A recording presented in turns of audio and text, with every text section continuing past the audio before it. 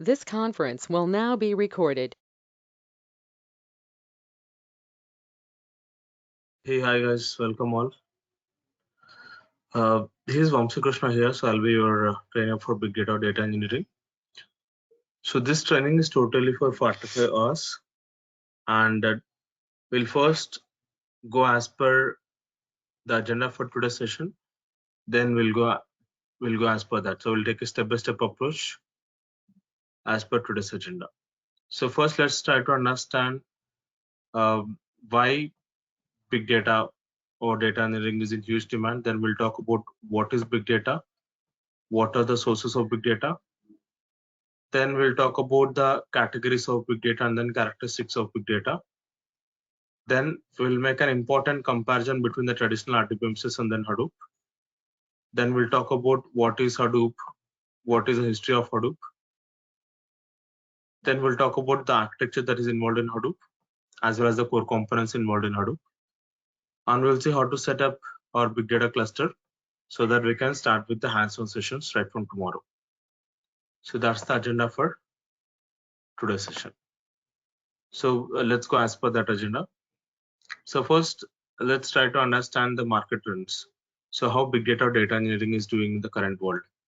So this is coming from Forbes. Forbes claims that by the end of 2022, we could see the big data market crossing $99.31 billion. Even Payscale.com claims that the salaries of Hadoop professionals would vary around $93K to $127K. Even IDC claims that the salaries of big data professionals would, by the end of 2024, could be crossing $210 billion. And what I would like to convey here is the salaries of big data professionals is actually at least 95% greater than the salaries of all the other jobs. At least it would be around $112,000 minimum. And we can compare the salary trends here. Big data or data engineering is the leading technology right now with respect to the salary point of view as well. And moreover, very good reason to learn big data or data engineering now is actually the shortage of skilled professionals. So there is shortage of skilled professionals in the industry right now in the big data or data engineering side. So basically you're learning the right technology at the right time. And moreover, there are a lot of jobs yet to be filled in the big data world. So that's where, the demand and the trend for big data or data engineering will continue. At least for next 5 to 10 years, the demand will go on undoubtedly. So this is with respect to the market trends of big data or data engineering. It's really good technology to work with. So having understood the market trends, let's get into the technical details. So let's try to understand the sources of big data in 2022. So right now we are in 2022. Let's try to understand the sources of big data. Now, when I say sources of big data, it's nothing but where is this big data coming from, right? So we know that 1 minute is nothing but 60 seconds. So within a span of 60 seconds, there are a lot of things happening all over the world. If you take Facebook, Facebook claims that 973,000 logins are being happening, and Google claims that 3.7 million queries are being searched, and WhatsApp claims that 38 million messages are being transferred. Remember, all this is happening within a span of 1 minute. Within a span of just 60 seconds, all this is happening. And many posts are being done on Instagram, and many apps are being downloaded from Play Stores and App Stores. Even YouTube claims that 4.3 million videos are being watched. So these are some of the staggering numbers because of which I can clearly say that the big data is going to grow continuously in the coming years. And let's see the formal definition of big data. What is big data? It's fairly simple to guess the definition of big data. It's nothing but the huge amount of the data. The data is so huge that it cannot be stored in the traditional RDBMSs such as MySQL, Oracle. And interestingly, 90% of the data that's available in the market right now, it has been generated in the past few years. And a very important responsibility of a big data engineer is to talk with multiple teams. And typically all the talk happens in terms of data. And the data is measured in bits and bytes. So this memory capacity conversion chart is going to form as a foundation for your big data journey. So let's try to understand its step by step. So 1 byte is nothing but 8 bits. 1 KB is nothing but 1024 bytes. And 1 MB is nothing but 1024 KB. And 1 GB is nothing but 1024 MB. And 1 TB is nothing but 1024 GB. Now the question is, when can we say that we have got the big data problem? So if the data generation crosses the limits of terabytes, if the data generation is happening in terms of petabytes or exabytes or zettabytes or yottabytes, that's where we typically call it as a big data problem. Now we are very clear with what big data problem is. Let's try to understand the categories of big data. So there are 3 categories of big data, such as structured data, unstructured data, and semi-structured data. First, let's talk about the structured data. So we'll talk about structured data. What is structured data? As the name suggests, we'll have proper structure here, right? So we'll have the structure of the data in the databases. So how will the data and databases will look like? Data and databases will look something like this, right? We'll have the horizontal ones, which are nothing but the rows, and the vertical ones, which are nothing but the columns. So the tables in RDBMS is a simple example for the structured data. What about unstructured data? As the name suggests, we don't have any structure here. So I would like to give some examples. Suppose I can see CC cams everywhere these days. Wherever you go, you find CC cams, right? So what do these CC cams generate? CC cams generate huge amount of the video. So video is an example for the unstructured data. And as a part of daily communication in office, we primarily use mail, right? So mail is also another example for the unstructured data.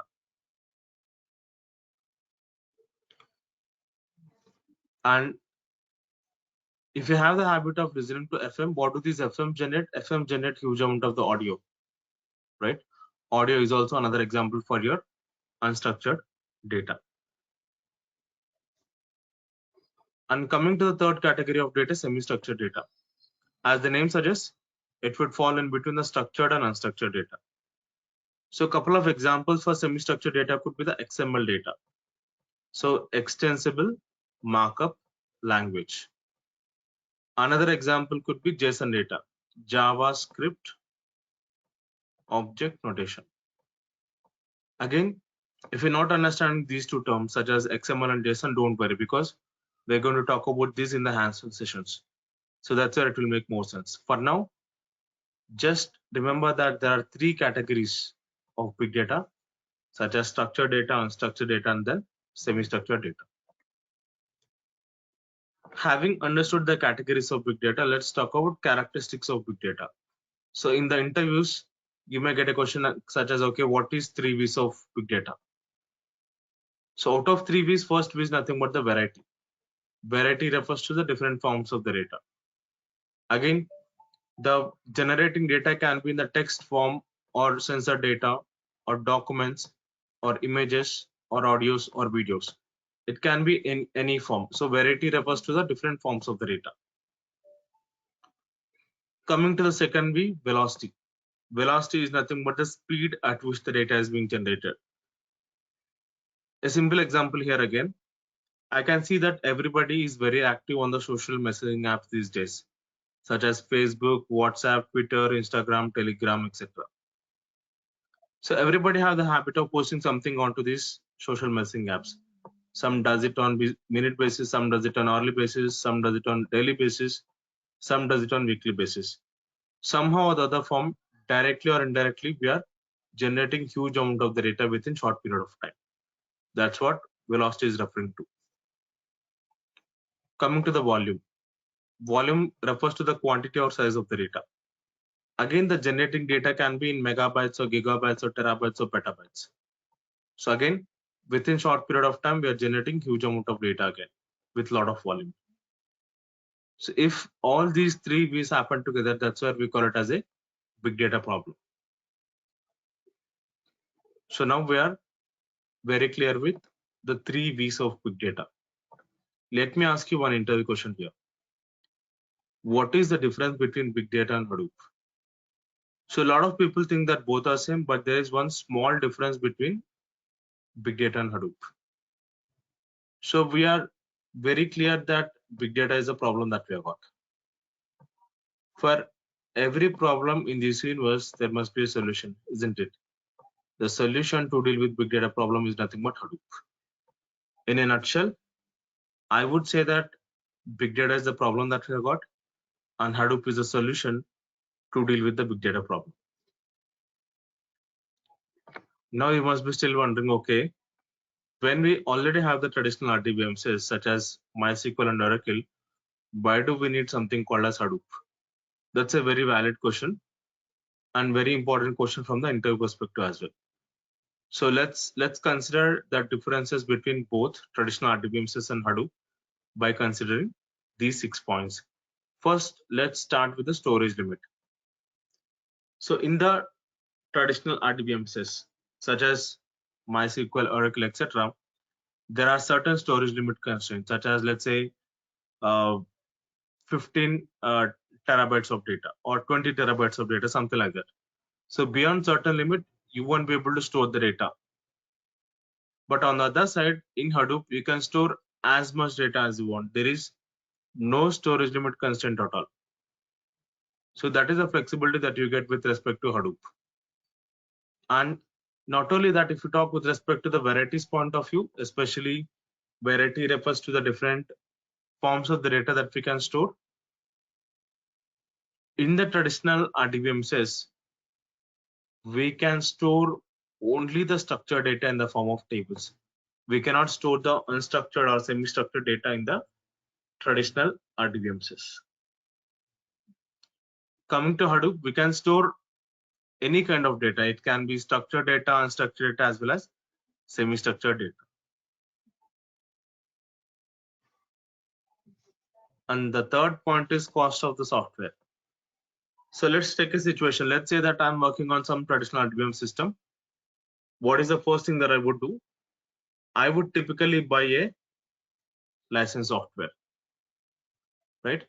Again, buying licensed software involves huge amount of money. So that's going to have some impact on your project costs. Not only just buying, you have to renew it every few years, right? Again, that involves a lot of money. So it involves a lot of money. It involves a lot of money, both to buy the software as well as to renew it. So that's going to increase the cost of your project, right? And coming to the fourth point, processing type. So with respect to this fourth point, I wanted to give an example. So let's say that I'm dealing with the data from all the citizens all over the world, right? Such as US, UK, China, Japan, India, etc. So my goal is to get only the citizens who belong to US, right? So that is my simple requirement. Get me only the citizens who belong to US. I'll tell you a sample query. Select star from citizens table where location is equal to US.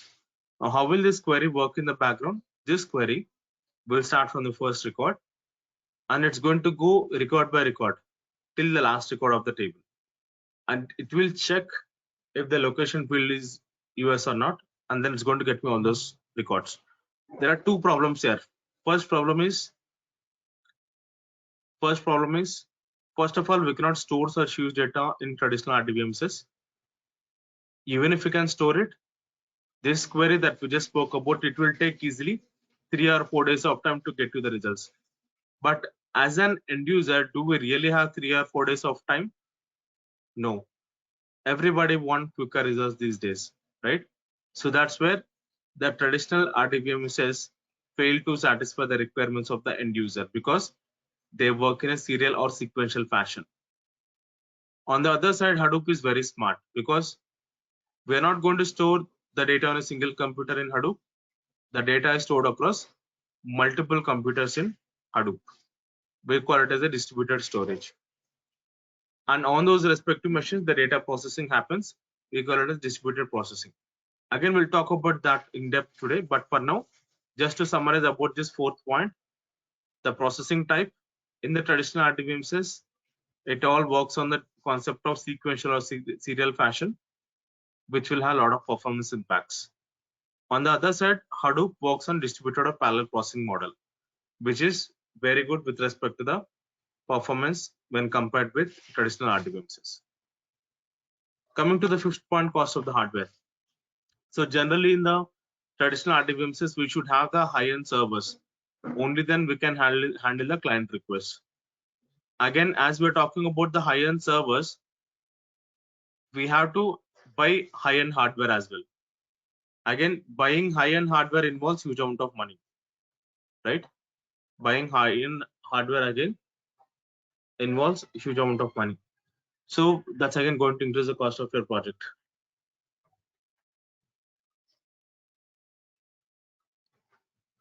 On the other side, interestingly,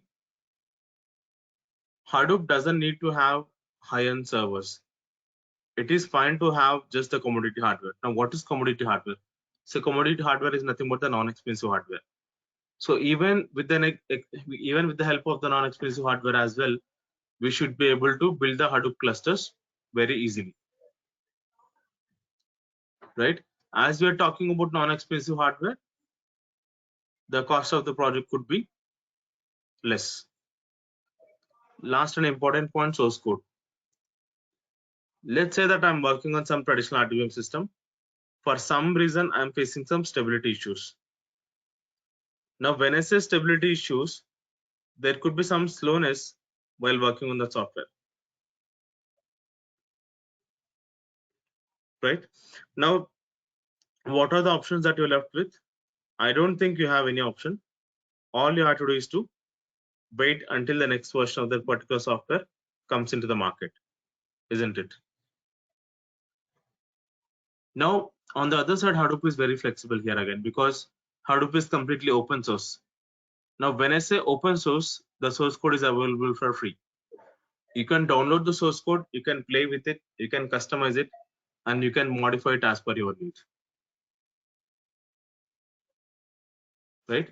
Now, out of the comparison of all the 6 important points, I can clearly say that Hadoop is a clear winner over the traditional RDBMSs. In fact, this is one of the very important interview question. If you get this question in the interviews, if you can explain 2 to 3 points, that should be more than enough.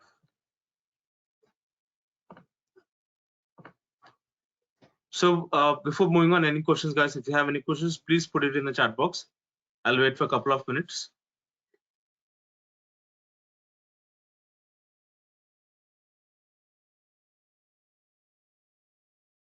I think we are good then. So no questions. Let's move on.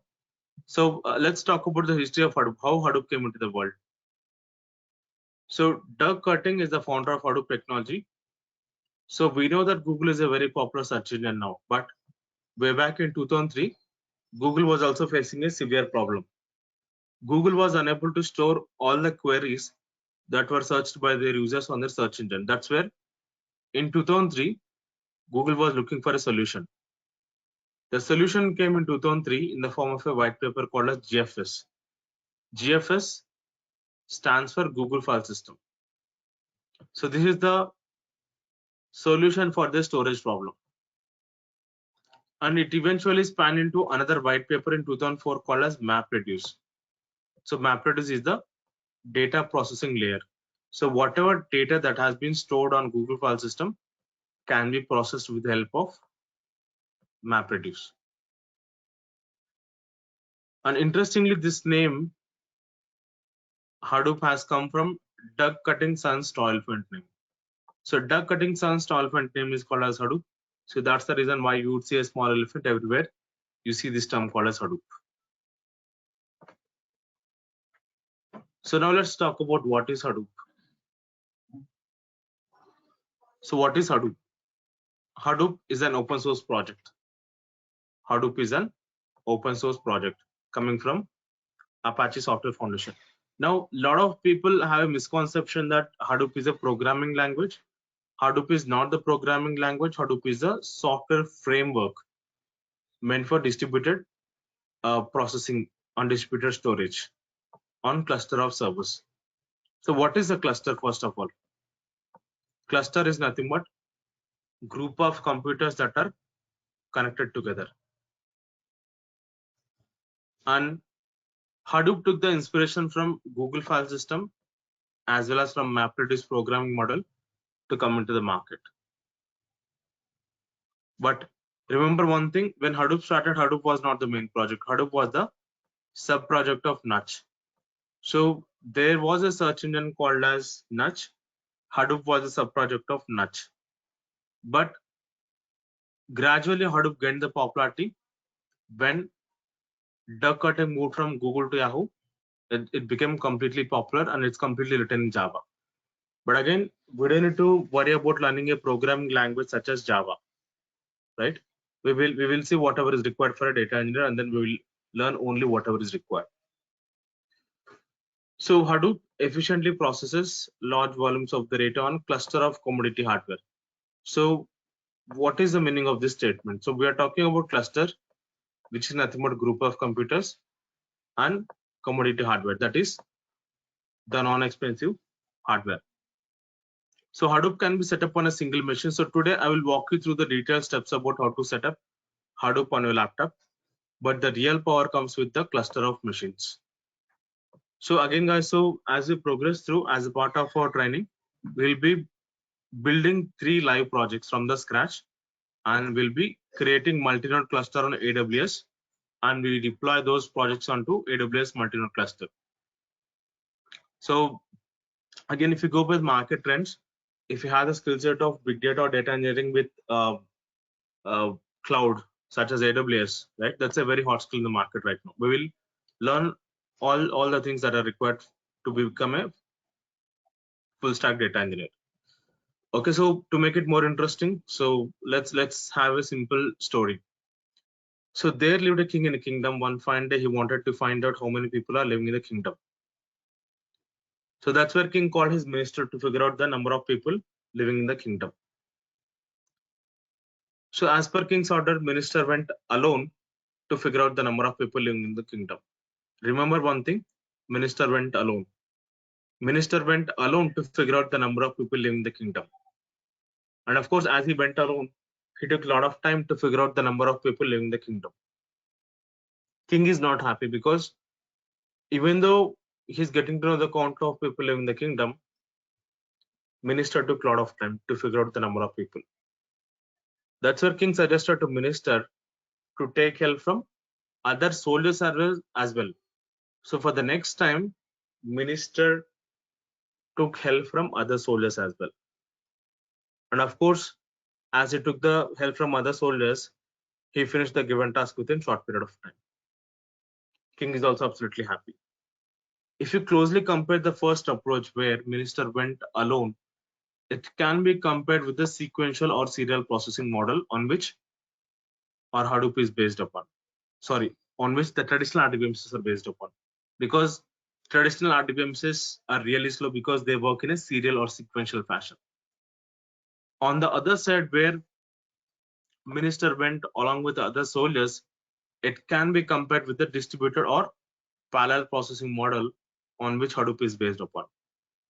In fact, Hadoop is nowhere different. Hadoop is very close to this concept because even in Hadoop also we have got something called as master, which can be compared with the king, and we have got bunch of slaves, which can be compared with the soldiers.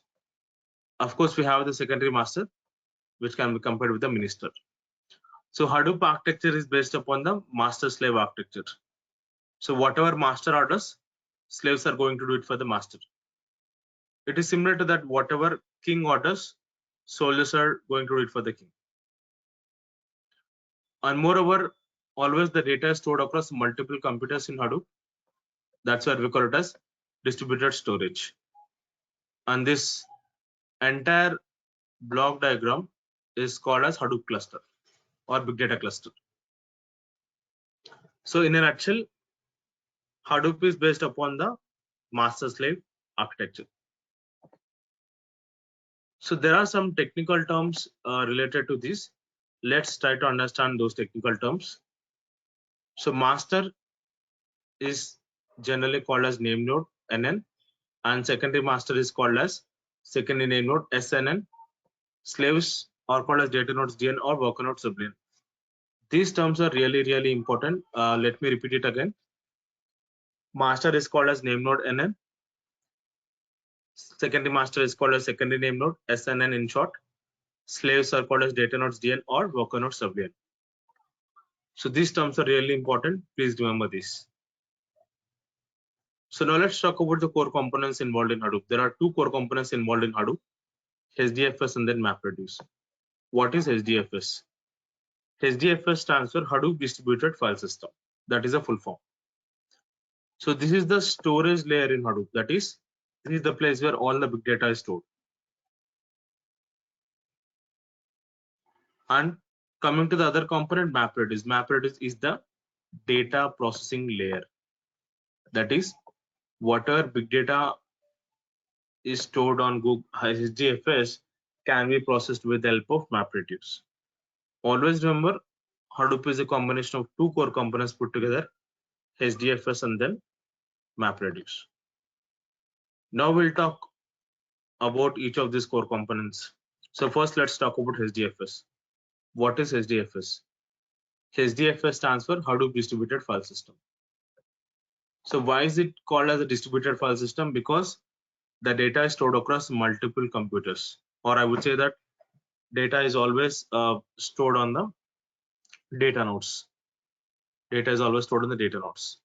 This is also one of the interview questions. So where is the actual data stored in Hadoop? The answer is always the data is stored on the data nodes or the worker nodes. So let's take a scenario. Let's say that I have a huge file, basically a big data file. I'm going to split that file, or I'm going to break that file into small parts. Each small part of the file is called as block. Each small part of the file is called as block. As we have learned, where are these blocks stored? These blocks are stored on the data nodes in the cluster. That too by maintaining multiple copies of each block. Now you must be wondering, okay, why are we talking about multiple data nodes and multiple copies of each block? So there is a very good reason behind that. I'll cover that shortly. But for now, just remember that we'll be storing the data across multiple data nodes, and every block is available in multiple copies. And there are two versions of Hadoop available right now, Hadoop version 1.x and Hadoop version 2.x. In Hadoop version 1.x, the default block size is 64 MB. In Hadoop version 2.x, the default block size is 128 MB. So let's do one thing. Let us perform a live task to make this block concept clear. So let's say that I have the data from an organization which is talking about the employee name, employee ID, and then employee location. The size of this file is 260 MB. The size of this file is 260 MB. Now our goal is to figure out the number of blocks that we can create from this file. So how many blocks can be created from this file? So first of all, you should ask one question. So which version of Hadoop are we using? Imagine that we are using Hadoop version 2.x. So what is the default block size in Hadoop version 2.x? It's nothing but 128 MB. So I'm going to divide 260 by 128. How much is 260 by 128? It will be 2 point something, right? Now it is very clear that I'll have two full blocks, block 1 and block 2. Block 1 will be a full capacity of 128 MB, and block 2 will again be a full capacity of 128 MB. If you add these two, 128 plus 128, this is like 256 MB. But how much is my file size? It is 260 MB. So 260 MB minus 256 MB. So I will have a third block of size 4 MB. Now to answer my question, totally we'll have 3 blocks, right? So 2 blocks will be of size 128 MB and third block will be of size 4 MB. So now we are very clear with the block creation concept. So let's talk about fault tolerance. So what is fault tolerance and why do we need it? So, and in fact, this is the main reason why big data is very popular. So let's take a huge file, basically a large file, and this file has been broken down into multiple small parts. Each small part is called as block. Let's say I'll have block 1, block 2, block 3, and block 4. So I have 4 blocks created from this file. So as I have told earlier, every block is available in multiple copies, and all these blocks are stored on the slave nodes or the data nodes in the cluster. That is, you can see block 2 first copy here, block 2 second copy here, block 3 first copy here, block 3 second copy here, block 4 first copy here, block 4 second copy here. So every block is available in multiple copies. So by default, every block is available in 3 copies. For simplicity, I have shown it only as 2 copies, but remember, by default, the replication factor is 3. That is, every block is available in 3 copies. So that's the meaning of replication factor. So now, what is the advantage of having multiple copies of each block? I'll tell you the advantage now. So let's say that this slave machine on which this block B1 is there has gone down. It's not working anymore. But to process this large file, I need all the 4 blocks: block 1, block 2, block 3, and block 4. But this slave machine on which this block B1 is there is not available anymore. It's gone down. Do you think we still be able to process this large file? Yes, we can, because we have got other copy of block B1 which is available on this worker machine, which is working fine. They are going to make use of that. So even though one of the slave machine has gone down, there is no business impact, there is no downtime, right? So it has got the ability to tolerate the fault. So it is nothing but the fault tolerance capability. So in fact, this is also one of the very important interview question. So the question comes in the interview this way. So what is the advantage of having the replication factor as 3? The answer is fault tolerance. So we get the fault tolerance capability in Hadoop because of the replication factor of 3. That is, every block is available in 3 copies by default. Now let's talk about MapReduce. So what is MapReduce?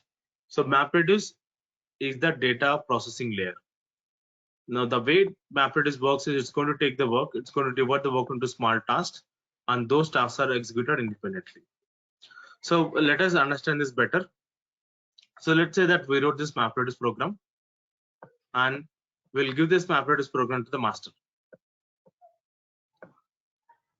Again, remember, master is the master, because master machine has got complete idea about where the data is available. So what master is going to do is, it's going to copy the same MapReduce program only onto the machines wherever the data is available. Remember, it will not copy into every machine. It's going to copy the same MapReduce program only onto the machines wherever the data is available. And on those respective machines, the actual data processing happens, and finally the results are sent back to the master machine.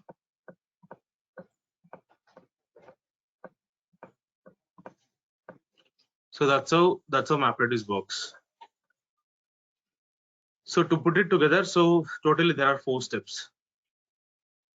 So I would say that step 1 and 2 belongs to SDFS, and step 3 and 4 belongs to MapReduce. In step 1, I got my input data, basically my big data. I'm going to break it up into small parts. Each small part is called as block, and block size can be 64 MB if you're using Hadoop version 1.x, and block size can be 128 MB if you're using Hadoop version 2.x. So where are these blocks stored? All these blocks are always stored on the data nodes in the cluster. And then we'll write the MapReduce program and that will take care about data processing. And finally, the results are sent back to the master machine. So that's how Hadoop works. Let me introduce to you another important terminology called as Hadoop daemons. What is Hadoop daemon? So first of all, what is a daemon? Let me give an example. Let's say that we switch on a laptop. As soon as you switch on your laptop, there is something called as task manager that starts running, right?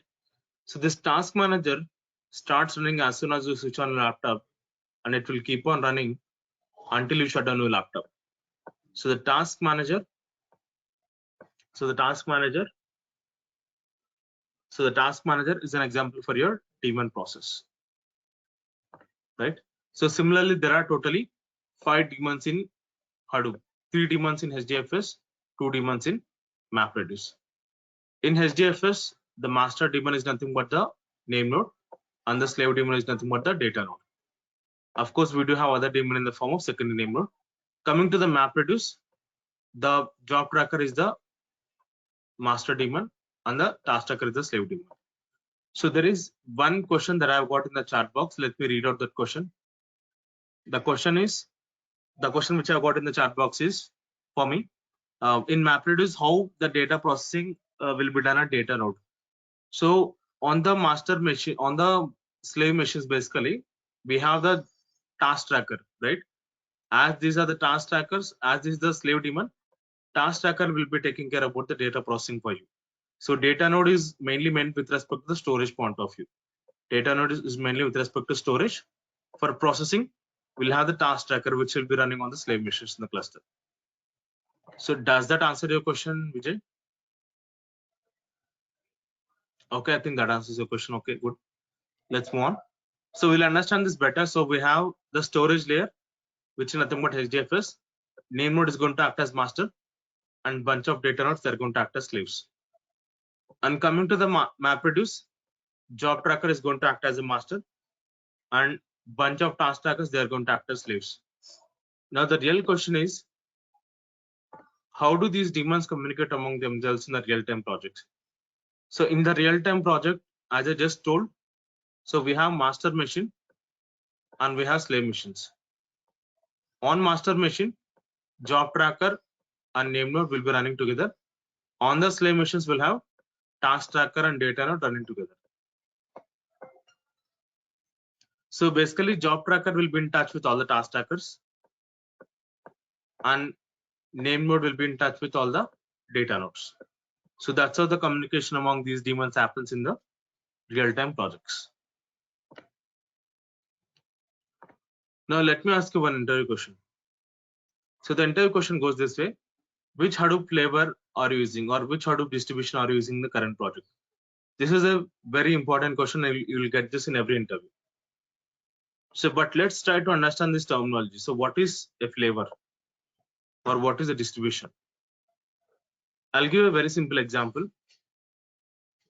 Let's say that I'm using iPhone. So what is the mobile operating system in iPhone? It's nothing but iOS. Let's say that someone is using Samsung smartphone. So what is the mobile operating system in Samsung smartphone? It's nothing but Android. So iOS, Android, these are nothing but the flavors or distributions in the mobile operating systems. So similarly, in Hadoop also we have different flavors such as Cloudera, Hortonworks, and then Mapper. So today we will see how to set up. Cloudera distribution of Hadoop. So now to set up the Cloudera distribution of Hadoop, we would require something called as Cloudera Quick Start VM. So first of all, what is a VM? What is a VM? VM is nothing but virtual machine. Now, what is a virtual machine? A virtual machine is like a virtual computer. So what does your laptop have got? Your laptop have got hard disk to store the data, CPU for the processing capability, and RAM for the main memory purpose. So your Cloudera Quick Start VM also would require all these three. Now you must be wondering, okay, I would require the Cloudera Quick Start VM. That is fine. Then why would I need something called as VirtualBox? Let me answer that question. I'll give an example again. Let's say that you wanted to listen to an audio song, right? So generally the audio song format could be MP3. Now to listen to this audio song which is of MP3 format, you would definitely require some player, right? So you would require some player such as VLC media player or Windows media player, but definitely you would require some player. So similarly, to use this Cloudera Quickstart VM, you need some virtualization software such as VirtualBox. So that's where we are going to install both. Now let me show you the steps about how to download and how to install this. Again guys, I will show these in live tomorrow, right? For now, just get an overview about how to download and how to install this, right? So I'll be sharing all these slides also with you, so you can refer to these slides as well. But in tomorrow's session, I'll show this slide. So the first step is to download the VirtualBox. So how to download VirtualBox? So just go to Google, say download VirtualBox, click on this first link. Then if you're using Windows, then click on Windows host.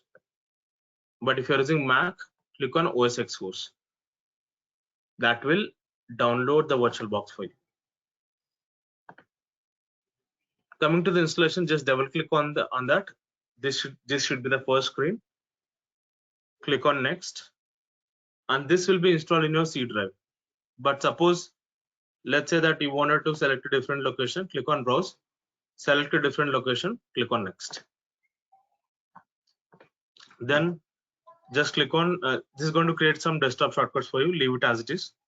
Click on next, and then proceed with the installation now. So click on yes. Then once you click on install, so that will start the installation of your VirtualBox. And after a couple of minutes, so once you click on finish, that should finish the installation of VirtualBox. So it's very easy to download and install VirtualBox. You can do this in 5 minutes of time. Coming to the Cloudera Quickstart VM. So this Cloudera Quickstart VM is not available on the internet anymore, but I do have a copy of it available in my Google Drive. If you can share your email ID in the chat box, I'll give you the access to this Cloudera Quickstart VM. So once you get the access to this Cloudera Quickstart VM, you can download it. And once you download it, this is how it will look like. So you can extract it. So right click extract, it will create this folder structure for you. You can see two softwares here. So what have we done till now? We have downloaded and installed the VirtualBox, and we have downloaded and extracted the Cloudera Quickstart VM. Now it's the time to open this Cloudera Quickstart VM by using VirtualBox. So that's where I'm going to open my VirtualBox, click on file, click on import appliance, and then click on this yellow color icon, and then go to the place where you have extracted it, click on open. And then click on next, and then this is very important screen where you have to give your CPU and RAM details. Again guys, don't worry about all the steps. As I'm telling, I'll share these slides with you, and I'm going to show this live with you in tomorrow's session. So that's where everything will be cleared, right? So all I would require is your email ID so that I can share the Cloudera Quickstart VM with you. Okay, so once you click on import, it will take a couple of minutes to start the Cloudera Quickstart VM, and then you can click on start and normal start. After 5 minutes of time, you should be able to see the Cloudera Quickstart VM. So this is the place where we are going to do all of our hands-on. And let's say that we are done with the hands-on for the day. You can actually power it off. You can right click, close power off, and it should take you to the powered off mode. So that's how we can set up Cloudera Quickstart VM. Again, I'll show this live in tomorrow's session. That's where everything will be cleared.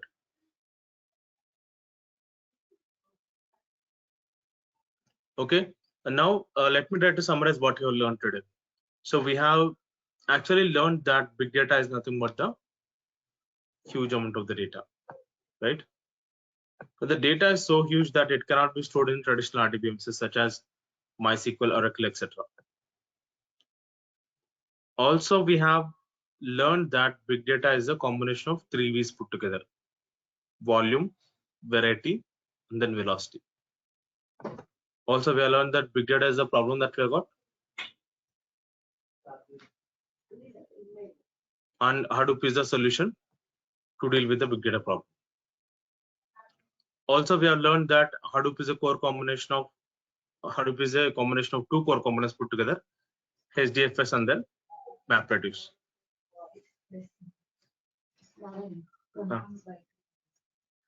So also we have learned that there are two versions of Hadoop, right? Hadoop version 1.x, Hadoop version 2.x. So in Hadoop version 1.x, the default block size is 64 MB. In Hadoop version 2.x, the default block size is 128 MB.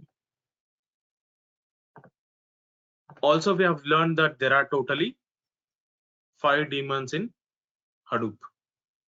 So 3 daemons in HDFS and 2 daemons in MapReduce. So in HDFS, the master daemon is name node, and the slave daemon is nothing but the data node or the worker node. Of course, we do have other daemon in the form of secondary daemon. Coming to the MapReduce, the job tracker is going to act as the master, and the task tracker is nothing but the slave. And based on today's session, I've got 10 interview questions for you. So what I would suggest is, if you give your email ID, I'll share the access to today's recording. Go through that recording, then come back to these interview questions and try to answer these questions on your own. And I will be providing answers to these questions in a separate file so that you can cross check. So guys, let's say that the training goes for 30 to 35 days. I'll be sharing 10 interview questions along with answers and 5 assignments along with answers. So roughly you'll be dealing with 300 plus different interview questions along with answers and 100 plus assignments along with answers.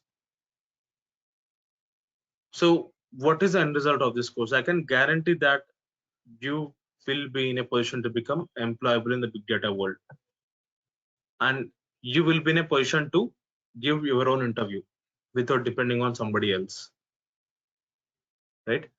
And also this is going to be pure practical oriented training, because we are going to deal with multiple proof of concepts, POCs, and we'll be dealing with 3 live projects at the end of the course, which you can showcase in your resume. And what is the specialty of this training? It's going to be a pure practical oriented training, and it will equally expect from you to practice on daily basis. Only then you can see the results. And what can you expect from me at the end of the session each and every day? You'll be getting the recording for this session, PPT that's covered in the session,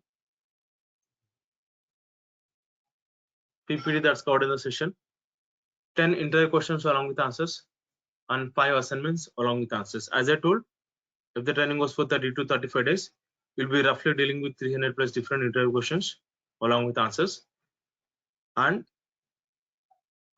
100 plus assignments along with answers. And moreover, I'll be conducting surprise mock interviews, and I'll be giving you some tips and tricks about how to answer the questions in the interviews. Also, I'll be sharing 20 real-time interview recordings. Let me repeat it again. I'll be sharing 20 plus real-time interviews recordings. Those were the real-time interviews which were recorded by my old students when they were giving the interviews. So I'll be sharing all those real-time interview recordings with you, so that you will get an idea about how the actual interviews happens. Okay, I think pretty much this is what I want to cover in today's session, guys. So if anybody have any questions, please put your questions in the chat box. I'll wait for a couple of minutes. If there are no questions, then please put your email ID in the chat box, because I'm going to share 2 things with you. One is cloudera.com, the other one is the class recordings. Again, we'll have the sessions from tomorrow, same time, same meeting link. So if there are any questions, please feel free to put those questions in the chat box. If there are no questions, please put your email ID in the chat box. I'll share the class recordings as well as the Cloudera Quick Start VM.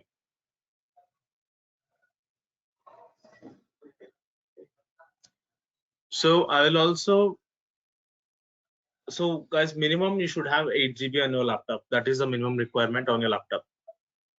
If you don't have 8 GB on your laptop, so try to upgrade your RAM or try to get laptop from your friend or somebody for training purpose.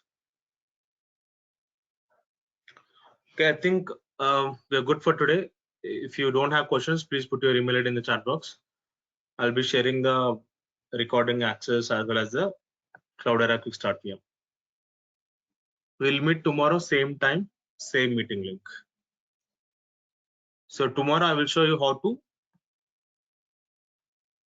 set up Cloudera Quick Start VM on your laptop. I'll show it live.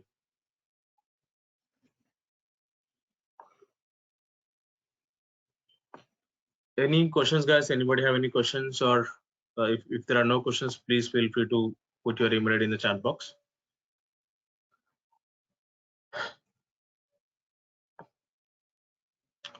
Okay, I think that's all for today then. So we'll meet tomorrow, same time, same meeting link.